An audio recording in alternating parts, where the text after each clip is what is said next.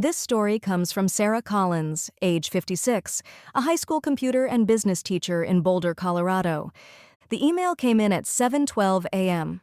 I know the exact time because I stared at it longer than I want to admit. Not opened, just sitting there. Inbox refreshed, subject line bolded, waiting for me to do what I didn't want to do. Important update for all staff. Those words have never meant anything good. I was sitting at the kitchen table in my robe, one leg tucked up under the chair, the other foot tapping the floor without me realizing it, coffee beside my laptop, lesson plans open. A normal morning, except my body had already gone still, the way it does right before a car accident or a bad phone call. I told myself not to overreact. I told myself it was probably just another reminder, another policy update, another calendar note. But I didn't click. I watched the subject line like it might blink first. My husband had already left for work. Construction starts early, and his alarm goes off before the sky even decides what color it wants to be. The house was quiet in that way it only is after someone leaves, like the walls are holding their breath too. I clicked. Due to continued budget constraints, there will be no raises or performance bonuses for the upcoming calendar year. I read it once, then again. Then I kept reading, like maybe the next line would soften it. This marks the third consecutive year without increases. We appreciate your understanding and continued dedication to our students. Third year, no raises, no bonuses. Again. I didn't feel panic at first. I felt pressure, like a hand tightening around my chest. Because the email didn't say the other part out loud. It didn't say groceries have climbed like they're on a mission. It didn't say insurance feels like it's doubled every time I blink. It didn't say the power bill keeps creeping up like it's testing how much I can tolerate. Everything goes up, except income, except spending power, except the part of life that decides whether you feel safe. I closed my laptop gently, not dramatically, just quietly, like closing a door you don't want anyone to hear. And the voice in my head arrived right on time, the one that always shows up first. You should be grateful. You're lucky to have a job. Other people have it worse.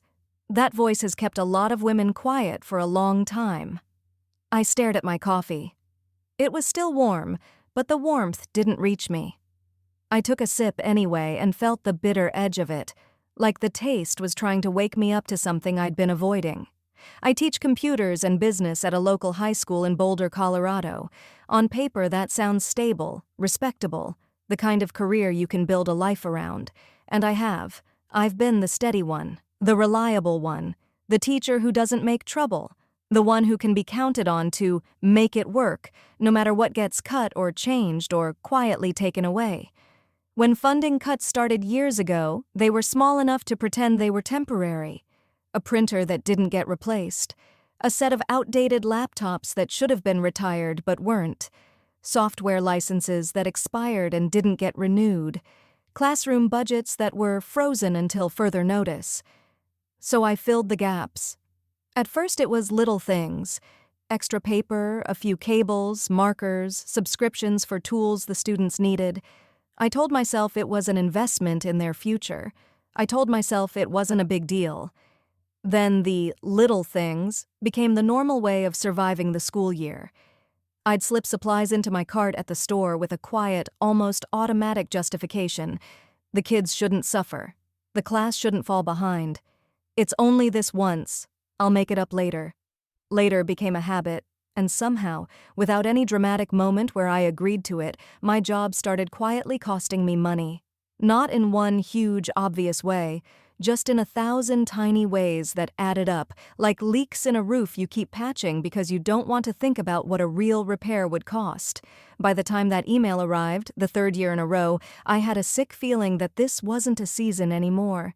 This was the new rules. And no one was saying that part out loud either. I looked at the clock. 7:24 a.m. 17 minutes had passed, and on the outside, nothing had changed.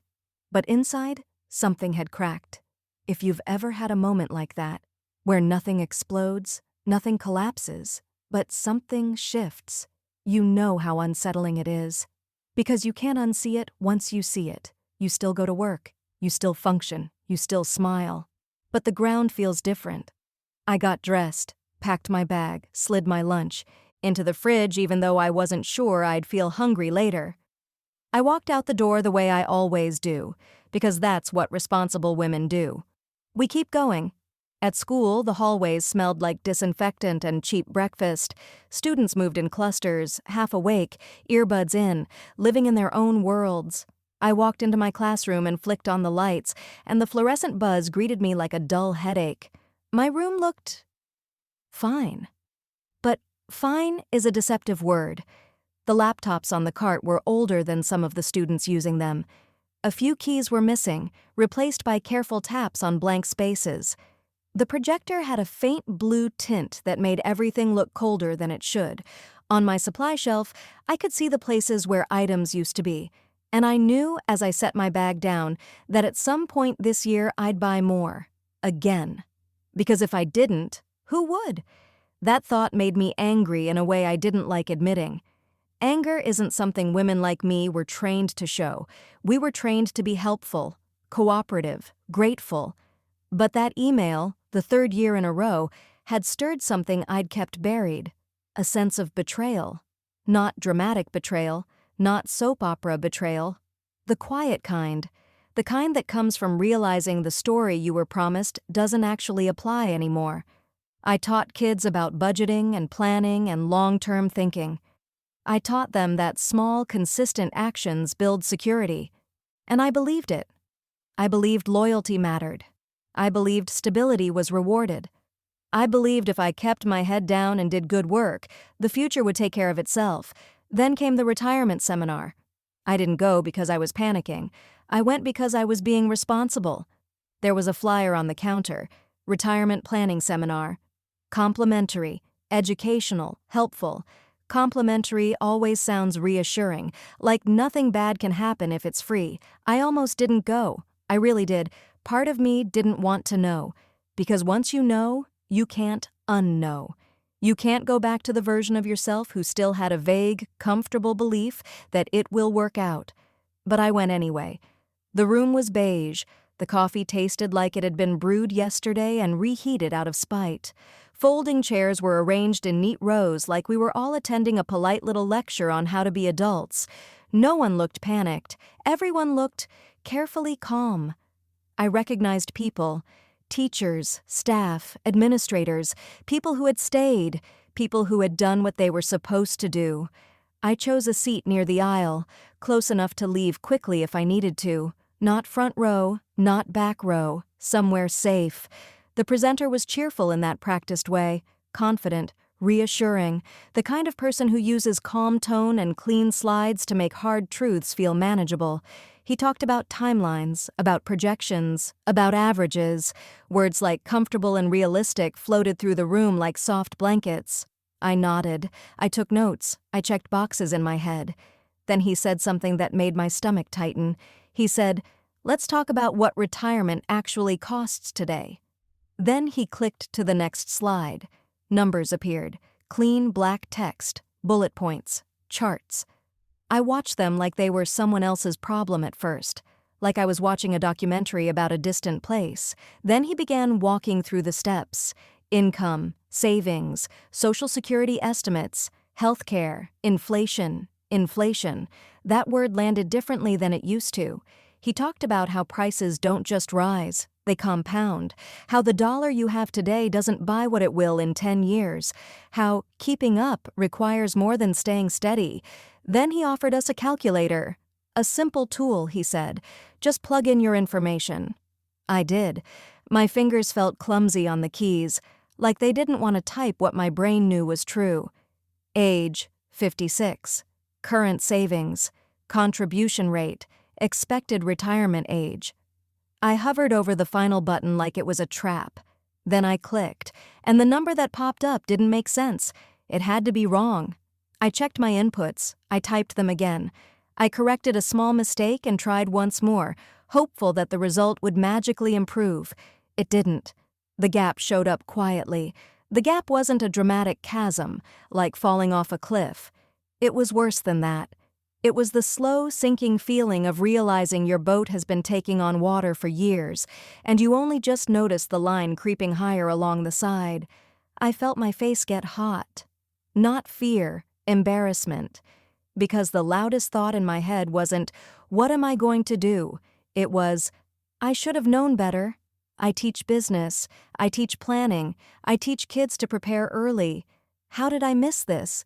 I wanted to raise my hand. I wanted to ask a question that would make this less humiliating. But what question can you ask when the truth is you've done everything you thought you were supposed to do, and it still isn't enough? I didn't want people to look at me and see, what? Failure? Naivety? Weakness? So I did what so many women do. I went silent. I watched the presenter keep talking. I heard words like adjust expectations and work longer and increase contributions, and they floated past me like distant radio noise. Work longer. My husband is 5 years older than I am. He's worked construction his whole life.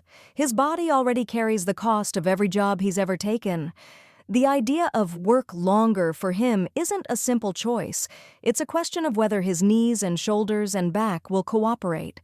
I sat there with my pen hovering above my notes, not writing anything, because nothing on the page would change what I was seeing. When the seminar ended, people stood up slowly. Chairs scraped. Small talk started. Well, that was helpful. I guess we need to cut back. Maybe we can push retirement a little.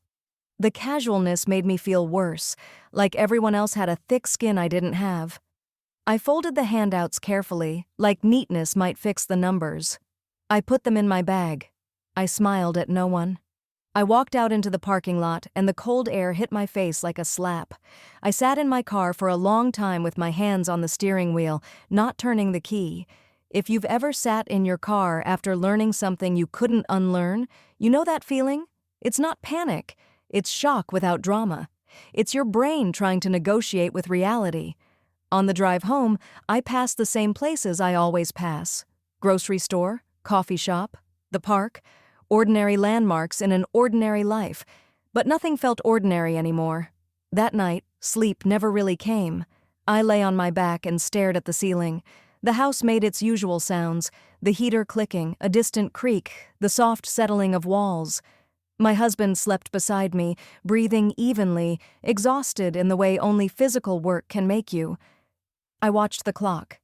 11:47 p.m., 12:19 a.m., 12:52 a.m. At some point, the math started. Not on paper. In my head. Okay, if we cut back here? If we delay travel? If we stay in-state instead of flying? If we downsize someday, maybe? If we work longer? Work longer. The phrase kept showing up like a threat. I rolled onto my side. Maybe I'm overreacting. Maybe it's not that bad. Maybe the calculator is conservative. Maybe we'll be fine. That's the lie that shows up first, the one that buys you a few minutes of temporary peace. Then the other lie showed up. Other people have it worse. That one is dangerous. It makes you quiet. It makes you minimize. It makes you feel guilty for being afraid. But fear doesn't care about guilt. Fear shows up anyway. It shows up as a tight jaw, a shallow breath, a heavy chest, a mind that refuses to shut off. I thought about my students, about the advice I've given them. Plan early. Small steps add up. Don't wait. I'd said those words with confidence, with the kind of certainty that comes from believing adulthood is a straightforward equation. Now those same words echoed back at me like a taunt. I did the math again. Years, months, what ifs. How many years do we have before my husband retires? Less than 3. How many years do I have to build what we thought we already had? Not enough, it feels like. I felt something I hadn't expected. Grief. Not for money, for the future I assumed was coming, the trips we talked about casually, the ease I thought we'd earned, the long mornings with coffee and no alarm, the idea that time would finally belong to us. I swallowed hard, trying not to wake my husband, and I thought, how did I do everything right and still end up here? That question didn't have an answer. It just sat with me until morning. The next day I went to work like nothing happened. That's another thing women like me are good at. We carry things quietly. We show up. We smile. We teach. We do what needs to be done. Inside, though, something had shifted. The anxiety wasn't loud, but it was constant. A low hum under every moment. It followed me through the grocery store while I compared prices and tried to pretend the difference didn't matter. It followed me through the gas station while I watched the numbers spin like a slot machine I didn't want to play. It followed me into my classroom when a student asked for help and I felt a sudden, sharp thought. I'm teaching them to have a future I'm not sure I can afford. I didn't want to talk about it. Not with friends, not with coworkers, not even right away with my husband. Because what would I say? I'm fine, but I'm scared. That doesn't sound legitimate. Enough. And besides, people would say the thing they always say. You should be grateful. So I kept it to myself. I became an expert at doing mental math while smiling. One afternoon, after school, I stayed behind to clean up. I found myself putting small supplies into a drawer, extra pens, sticky notes, cables, things I'd bought again. The drawer was a quiet confession. I closed it and leaned against the counter, exhausted, and in that quiet, something else rose up. Not fear, curiosity.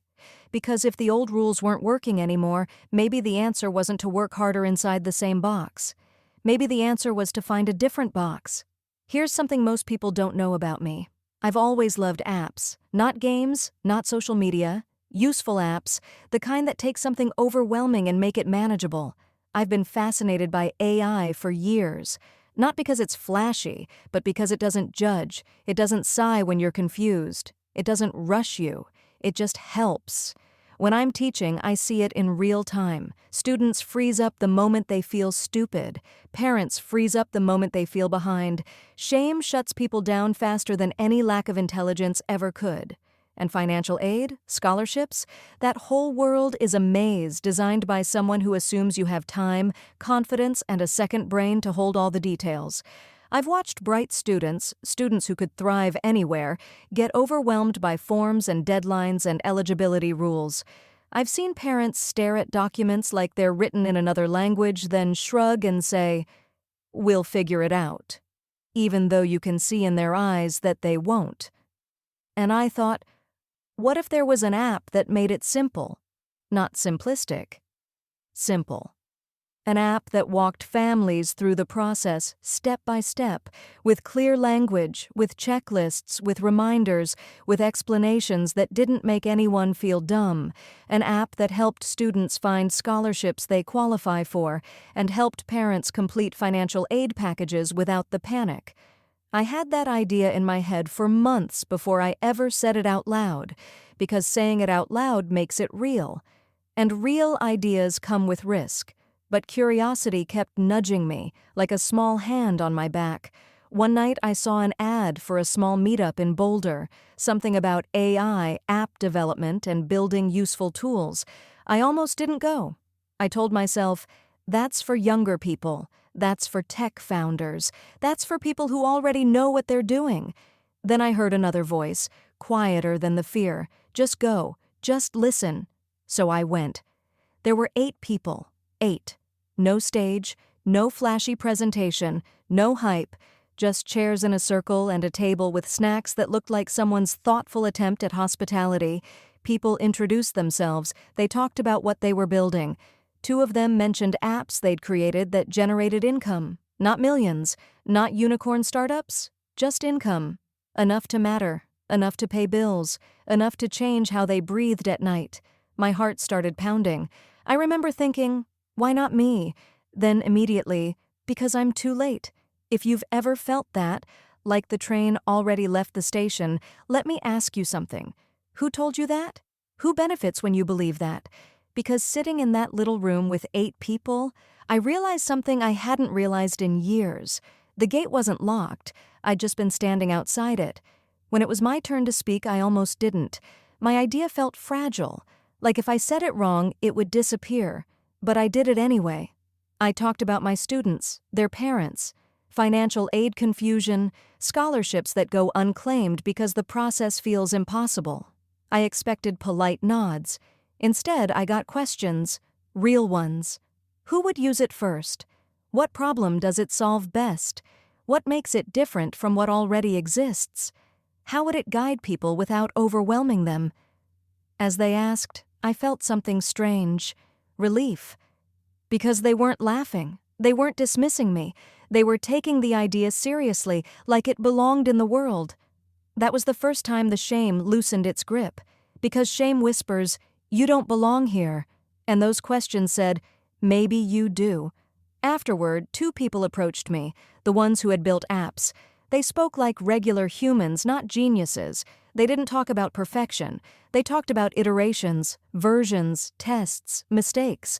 One of them said something that stuck to me like a burr. "Most people don't fail because they're not smart," he said. "They fail because they never start." That night, I drove home with my hands gripping the steering wheel again, but this time the feeling wasn't shock. It was adrenaline. The kind I hadn't felt in years. Because for the first time, the future didn't feel like something happening to me. It felt like something I could shape. The next morning, I still taught class. I still graded papers. I still bought supplies I shouldn't have had to buy, but inside there was a new, quiet sentence forming. I could build something. I didn't do anything reckless. I didn't quit my job. I didn't empty my savings. I didn't post a dramatic announcement about betting on myself. I did something less glamorous.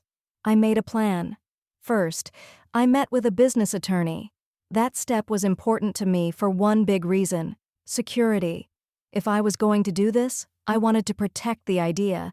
I wanted to do it right. I wanted contracts, NDAs, clear terms. Because the fear didn't disappear. It came with me.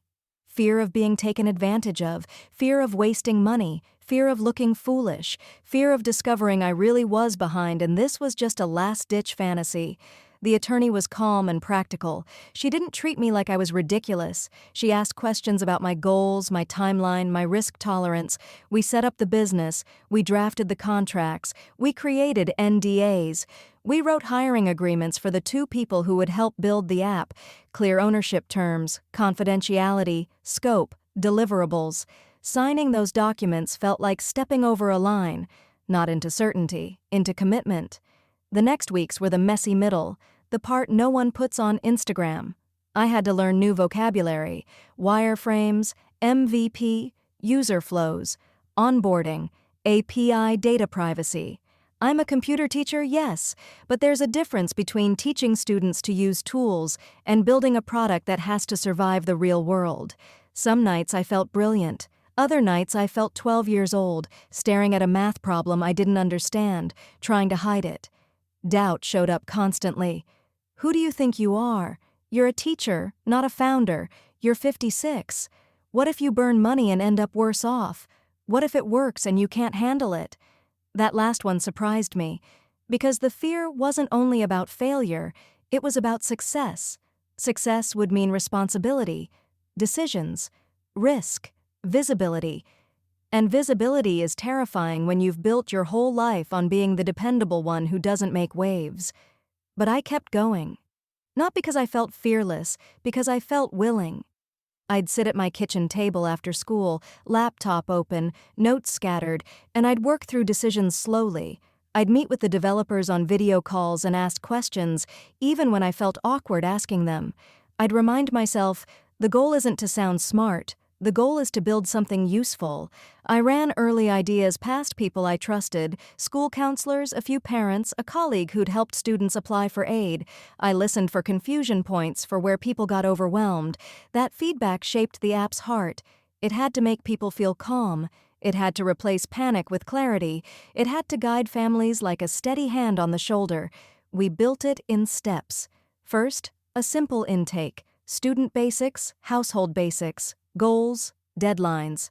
Then a personalized checklist that broke the process into small tasks. Then a scholarship finder with filters that felt human, not like a tax form. Then reminders that didn't shame you, just gently nudged you. Then plain language explanations. What this term means, why this matters, where to find that document. There were setbacks, a feature that seemed easy but wasn't. A security requirement that forced us to rework a whole section. A moment where I realized we needed legal review for privacy language because we were dealing with sensitive family information. Each obstacle felt like the universe asking, "Are you serious?" And each time I answered the only way I could. Yes, slowly, carefully, but yes. One night, months into it, I was back in bed staring at the ceiling. The old mental math tried to start again, but this time, something was different. Instead of counting what I didn't have, I found myself thinking about what I was building. Not in a fantasizing way, in a grounded way. If we launch by this date, if we test with these families, if the app helps even 50 students, that's when I realized my brain had moved from fear math to forward math, and that felt like relief. If you've ever lived with financial anxiety, you know how big that is.